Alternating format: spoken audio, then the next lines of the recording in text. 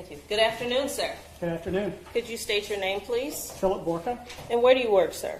City of Southfield Fire Department. And in what capacity? I'm a firefighter.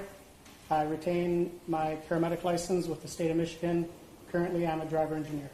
Okay. And how long have you worked for the City of Southfield Fire Department? 18 and a half years. Okay. And were you a paramedic that entire time? Well, maintained your license that entire time? I have since I've obtained it back in 2010. Okay. And in 2014, specifically on January 28th, 2014, were you still working for City of Southland Fire Department? Yeah, I was. And were you on duty that day? I was. Do you recall receiving a run to Northland Mall? I do. Is that in the City of Southfield? It is. Okay. Do you recall the nature of that run? My partner and I were dispatched for they called it a citizen, like a checkout, for an individual who got into an altercation with security and had been pepper sprayed. Okay. And could you just briefly explain to the jury what a run is and what the purpose of a run is for you? So a run could be anything from a medical of someone not feeling well to someone believing they're having a stroke. Any potential medical we consider a run. We also call fires a run. We're also firefighters. So anything that we are dispatched to is a run. Okay. And are there priorities or levels of urgency assigned to different runs? There are. Okay. Now, the run that you received, patient checkout, what's the priority for that? That would be like a priority 3 run. We go what we call normal traffic, meaning we go no lights and sirens. Anytime we go lights and sirens, we put ourselves and the citizens at risk by having to swerve, veer off the road, like anything that we don't feel as though is dangerous, we go normal traffic, meaning no lights, no sirens. Okay. And you said this was a level 3. Is level 1 your highest priority? It is, priority 1. And what kind of runs would be considered level 1? CPR in progress, person feeling like believe they're having a heart attack, if we have a known stroke actively happening, seizure patients, trouble breathing, things of that nature. Is it fair to say that level 1 is anything that might be considered life-threatening? Yes. Okay. So did you respond to the patient checkout? We did. Well, you said we, so that answers my next question, if you were working alone or with a partner. Who was your partner on January 28, 2014? My partner was firefighter paramedic Herschel DeCoster. Okay. And do you recall how long it actually took you to respond to Northland Mall? According to the report, it was about 1 minute. Okay. And would that be unusual? It would be a little unusual if we were coming from the station. So based on the time frame, I have to believe that we were more than likely at the hospital leaving. I was at Station 1, which is our busiest station in the city of Southfield. So that life truck is on the road all the time. Okay. And from the point that you received the patient checkout run to the minute later when you arrived, had there been any updates to the status of the run itself? We did not receive any updates via dispatch. Okay. What happens when you and your partner actually arrive at Northland Mall? I pull up on scene. I was driving that day. My partner was the lead medic, so he was writing. So we both get out, get our equipment, and as we're getting out, in front of us, we see a Southfield police officer. And she was also exiting her car. And we're walking up, and we made mention to her as to, hey, what's going on? And she's like, I don't know, I'm just getting here myself. So that's when now the 3 of us entered, which would be like the east entrance of Northland Mall. Okay. Now, you stated you grabbed your equipment. What kind of equipment did you grab? So we have it's an orange box. It's our medical box that we can check vitals with and have some other things that we can obtain or use on a patient. We also had it's our life pack, which is It has an EKG in it where we can put tabs on, check person's heart rate, things of that nature. Okay. And did you and your partner and the officer actually enter the mall? We did. And what happens when you enter the mall? We're walking, I mean, it's a pretty long corridor at that entrance going into where the center or where the maybe stores would be. And then we're just, the three of us are walking down the corridor and getting ready to, I guess, what I'm going to do is assess the patient. That was my role that day. Okay. And did you actually locate the patient? I did. And where was that in the mall? So the patient would have been, even when I entered the doors, directly in front of me. Again, it was a ways down, but he was directly in front of me sitting against, I believe, either a wall or a post. Do you recall either the store of the post that he was sitting against or the closest store? I don't. Okay. If you were shown possible photos, do you think that might refresh your memory? Possibly. One moment, please.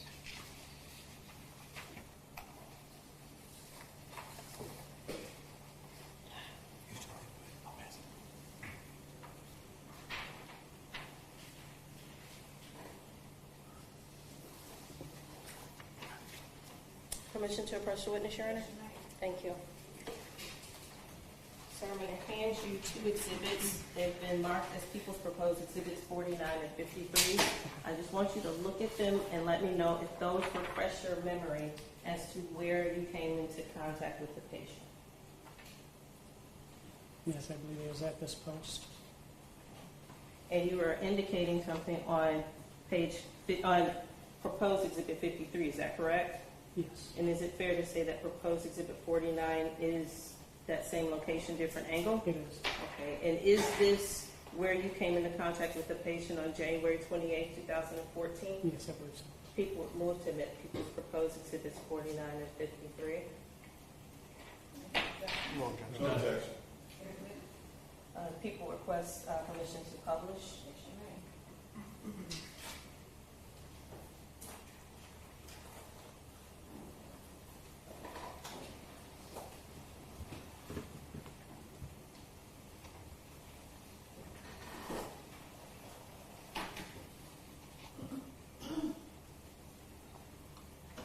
Okay, for purposes of the record, we are currently looking at People's Exhibit 49. Could you tell us what we're looking at, please? LA Diamonds Jewelry Store? And is that where you came into contact with the patient? Yes. Okay, and I'm going to show Exhibit 53. And again, could you tell us what we're looking at? The same jewelry store, LA Diamonds? Okay, and can you kind of describe to us where, in relation to LA Diamonds, you came into contact with the patient? On the right side of the photo, leaning against the post or pillar. And for purposes of the record, I'm using a pointer. Where I'm pointing, is that the pillar where you came into contact with the patient? I believe so, yes. Okay. Now, when you first come into contact with the patient, do you make any observations of, well, is it a female or male patient? Male. We actually, through dispatch, received that it was a male patient. Okay. Unknown, at the time, unknown age. Did you make any observations of his condition? Just that he was sitting there on the ground. He appeared to be handcuffed. You could tell his hands were behind his back, and his head seemed to be slumped down. Okay. At the time that you first come and encounter the patient, was he moving in any way? No. Was he speaking or making any audible sounds? No. Okay. And what, if anything, do you do to either assess his condition or try to render aid? So as I'm walking up, my partner and I split off. My role, as I said, was to assess the patient at that time. His role was to interview security or PD, whomever may have been there. So we split off. And again, at this point, we believe we're still going for a checkout. Okay. So as I'm approaching the patient, I actually yelled to my partner first, and I say, do we have a name? Because he's now over with, I believe, security at the time, or whomever. Could have been PD, I'm not really sure. And there was no response, or he said, no, we don't have a name. So at this point, we're just dealing with a John Doe for our purposes. Okay. So that gives me, that lets me know who I'm speaking to, and I try to have a name, but if I don't, then I just try to be as calm and personable. I put my medical box down, my orange box down to the side. I get down to his level, and I start shaking. I said, hey, buddy, what's going on? Can you tell me what happened today? No movement whatsoever. So it's not uncommon for someone that we come into contact with who's been in an altercation to not want to be verbal with us. So we have, at the time, we had, it was like ammonia tablets, like you break them, and they're very potent for someone who may have been passed out. So I break it and I put it under his nose, and as I'm doing that, I have my hand on his chest, and I'm like, buddy, what's going on? He doesn't move, so I give it's what's called a sternal rub. Right on his sternum, with your knuckles, you just give a kind of a brash rub. That is to arouse a patient also who may have been passed out. I had nothing at that time. So now I become concerned as to what might be happening, especially with the ammonia inhalant not working, the sternal rub not happening, or not working for us. So I yell over to my partner, I say, I don't think he's breathing. And the entire time that you're doing this, the trying to engage audibly, shaking him, the smelling salts, and the sternal rub, is the patient handcuffed this entire time? Yes. But and at any point in time, does he give you any, do you observe any movement or any audible response or any acknowledgement to what you're doing or saying? There's no response from the patient, physically or verbally. So what do you and your partner do after that? So my partner rushes over, ends whatever interviewing he's doing, because at this point, this now becomes our most important thing to do here. So we lay the patient down, immediately check for a pulse. I checked for a pulse first. I did not find a pulse. My partner also checks. It's always good with two of us there. Maybe I'm not feeling it. Maybe it's a weak pulse. Neither of us found a pulse on him. So our next role is to initiate CPR. My partner yelled to have the handcuffs removed because we cannot do CPR with someone's hands behind their back. So he did yell multiple times. I mean, to us, it's more of a, we're in the mode, adrenaline's pumping, and, you know, we're yelling, like, he's yelling, let's get those handcuffs off. So as he's doing that, I have our life pack there, which is also an EKG monitor. Within that has its own defibrillator purposes. So while my partner is rolling the patient over and security comes to undo the handcuffs, I'm, you know, trying to remove his coat. It was seemed to be a bulky coat. If I'm remembering right, he had maybe a hooded sweatshirt on, something thick. You know, it's around wintertime. So I can tell you, I don't remember for certain if I cut the clothes. Most of the time we do. We don't waste time just trying to pull the clothes up, because a lot of times they'll fall down and get back in our way. More than likely, I cut his clothes, his shirt all the way up to expose his chest. Once I did that, we were able to, I put the defibrillator pads on his chest. There are 2 of them, and that is to analyze the rhythm and see if there's a rhythm on the patient. And were you able to find a rhythm? There was a rhythm, but it was PEA. And first, what does PEA stand for? PEA is pulseless electric activity. And what does that mean? So what that means is the heart has a rhythm, but there's I shouldn't say a rhythm. PEA is the rhythm, but there's electrical activity in the heart, but it's so little that it can't make the heart beat. And what does that mean in terms of your ability to render aid to the patient? We need to keep continuing CPR, because at that point, that's what's continuing to pump blood throughout his body. And as far as your AED, are you able to actually shock him? No shocks advised on PEA. Okay. And are you able to tell us why? It's not a shockable rhythm. We have 2 shockable rhythms. That is VTAC and VFib. So pulseless VTAC and VFib are 2 shockable rhythms that is analyzed by our AED. So you stated that you continue CPR. Is there anything else you do to attempt to render aid to the patient? There is. What do you do? So while I'm doing compressions, my partner obtains an ET tube. So an ET is an endotracheal tube. That's a tube that's placed through directly into the lungs, and as we're giving oxygen, it gives oxygenated, it basically it oxygenates the blood as we're doing CPR to keep pumping through his body.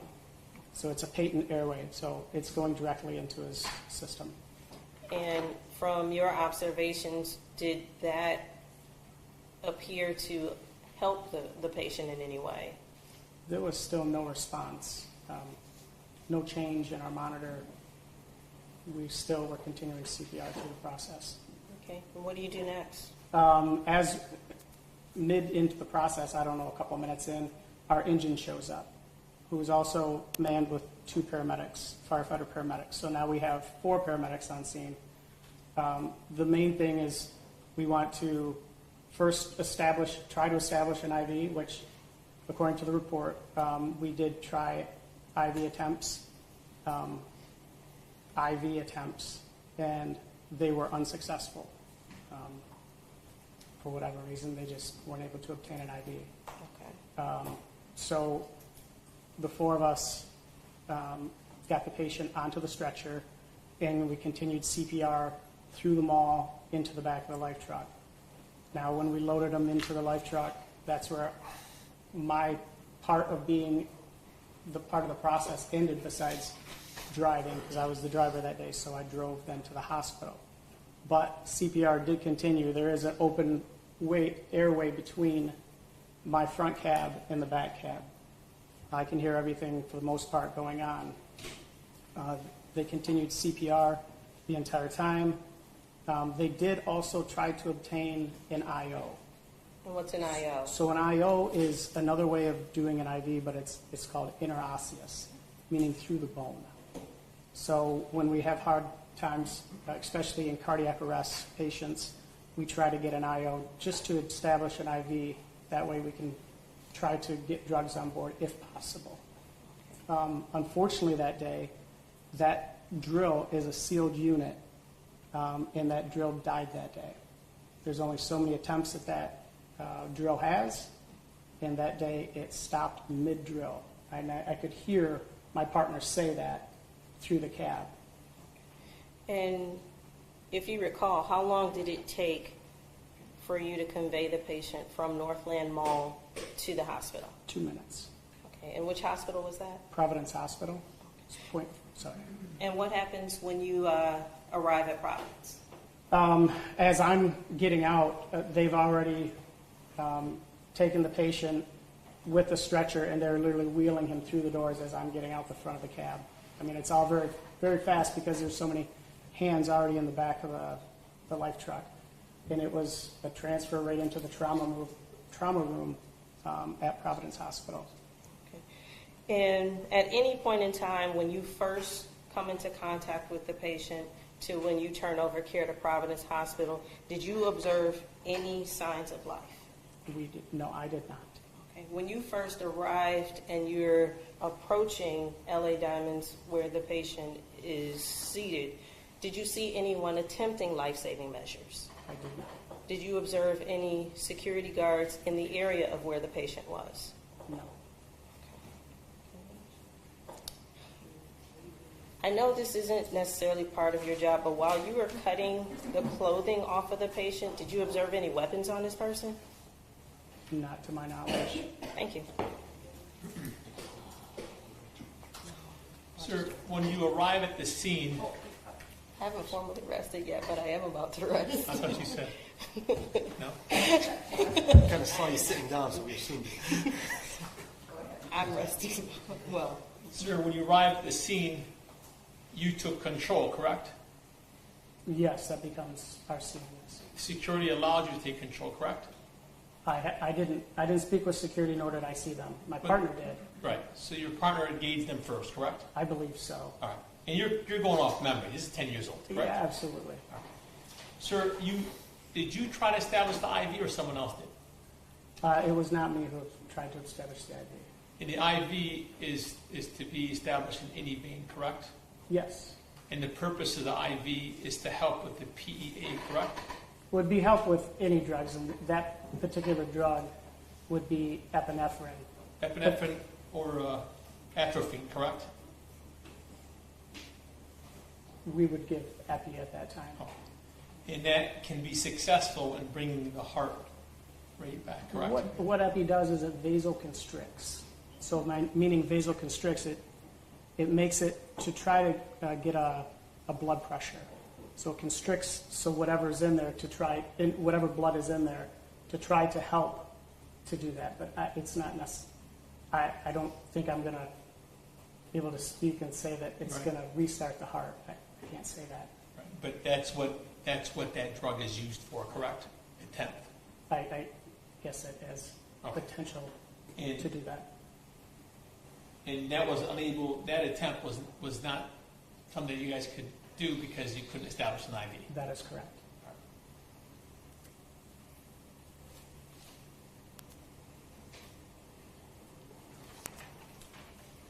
Sir, do you recall the security guards trying to give water to the individual patient that you're trying to assist? No, I do not. Nothing further. What time did you arrive at the store? I couldn't tell you exactly. If I had my report, maybe I would know better. Okay, do you have your report? I Would that don't. refresh your recollection? Thank you. It will probably give me an on-scene time, but I can't tell you how long it took me to walk from the truck to the patient. My question is, what time you arrived? If you looked at your report, would that refresh your recollection? It will not tell me what time I arrived at the patient. So you wouldn't know? Yes. It was in the afternoon, correct? Yes. And so 5:56 wouldn't refresh your recollection as to what time you arrived? If that was my on-scene time, on-scene would be when we pulled up, I notified dispatch we're on scene. That Okay. isn't when we're at the patient. You weren't there for a very long time. We were not. Would you say a minute or less? To get to the patient, Correct. When you walk into Northland, you see the individual who's slumped over on the pillar, and you try to administer CPR and all that. You're only there for like a minute, correct? no. How long were you there in total? My time from, I believe we spoke, was 22 minutes from arrival to hospital. I can't tell you exactly how long I was on scene. Okay. And you said your priority number one is to get information and assess what's going on with the person who Yes, needs sir. assistance, right? Yes, sir. You weren't there trying to get any information from employees or... I was not. I only dealt with the patient. You cleared the area and you pretty much There do was- your administration. There was nothing in that area. There was- Okay. And when you saw the individual, you said you were trying to communicate with him. You said, "Hey, buddy, what's going on?" Right? Yes, sir. Did you see any trauma on the individual's face? Any abrasions? Any marks? Not that I noticed. And the person still had their clothing on, like a Yes. coat, a Yeah. heavy coat. Yeah. And you didn't obtain any identification or a wallet or anything like that? According to my partner, there was no identification. So that's why I referred to him as Buddy, or otherwise I would have tried to use his name. But no, we had no identification. And you said there was Southfield police at the scene already when you arrived there? As I stated, the one police officer, which was the only one that I saw, she showed up, what I believe was the same time that we did. Okay, once again, that wasn't your primary No, focus, right? it was not. And Southfield police, did you see them do anything other than just stand there? She walked over with my partner at the time to interview. Okay, she I can't say what she did. Right. When my partner went to interview, she also walked with him. Okay, So I don't know what role was. All right. Thank you, nothing further. Yes, sir. Good afternoon. Good I think you just answered what I was about to ask you. You said, did you know that police officer at all? I've seen her before, but I don't know on a personal basis. And you just said you don't know what her role was. I don't. Okay, so that was one of my questions that I was about to ask. After arriving at Northland, had you ever been there before? Yes. You haven't been there before, so you know pretty much what doors, what locks, where they are. Well, we're usually given direction. A lot of time, like I said, not like I said, PD a lot of times gets there before us, so we usually go where their car is. So you see them and that's where you go? Yes, sir. Okay. This particular time where you got the right lock on the right door? Yes. I believe so. It's where we were. Once you got to the door, once you was entering the building, how long did it take you to get to where LA Diamond was? Do you remember? A minute or two. A minute? Like or I two? said, it was a decent long corridor, but I mean, it was nothing extravagantly long. Mhm. But could you tell that there might have been a door closer to that entrance, entrance closer? Honestly, I don't think so. I mean, it was a straight shot right to the jewelry store. Okay. But it didn't take more than a minute or two to get there? Correct. All right. And then I want to ask you a question. Just to get about how long it took. You said you yelled to your partner you said your partner yelled to get the handcuffs off. Yes, sir. You know how long it took them to get the handcuffs off? Because I know you said it was 15 seconds. I mean, it wasn't. It wasn't long. It didn't take a minute. Okay. No, it was just more of getting attention, and we need now, like we need you here now type of thing. Because there was excitement at the time. Absolutely. You said adrenaline was going. For sure. Okay. No other questions. Thank you. Absolutely. No, Your Honor.